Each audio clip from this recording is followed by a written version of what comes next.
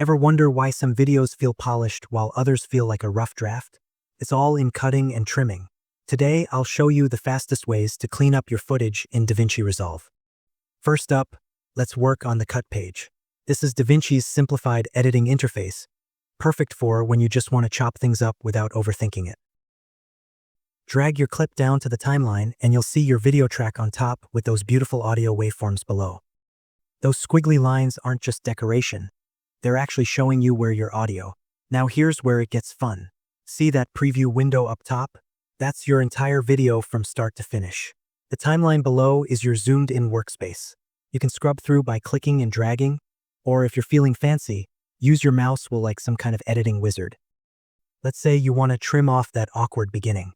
Position your playhead where you actually want the video to start, select your clip, and hit Ctrl-B or Command-B on Mac. This blades your clip, splitting it in two.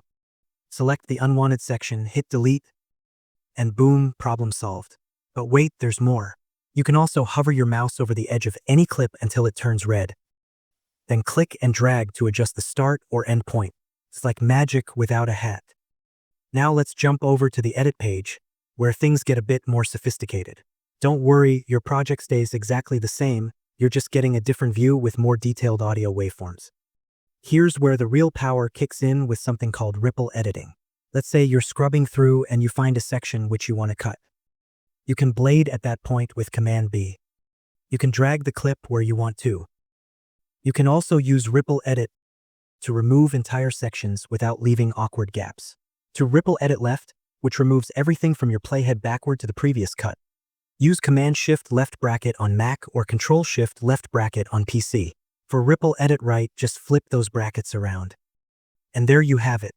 With these trimming techniques, you can turn your raw footage into something that looks good. Remember, good editing is invisible, but bad editing is unforgettable for all the wrong reasons. If this video helps you, subscribe to my channel and like this video. Take care and bye.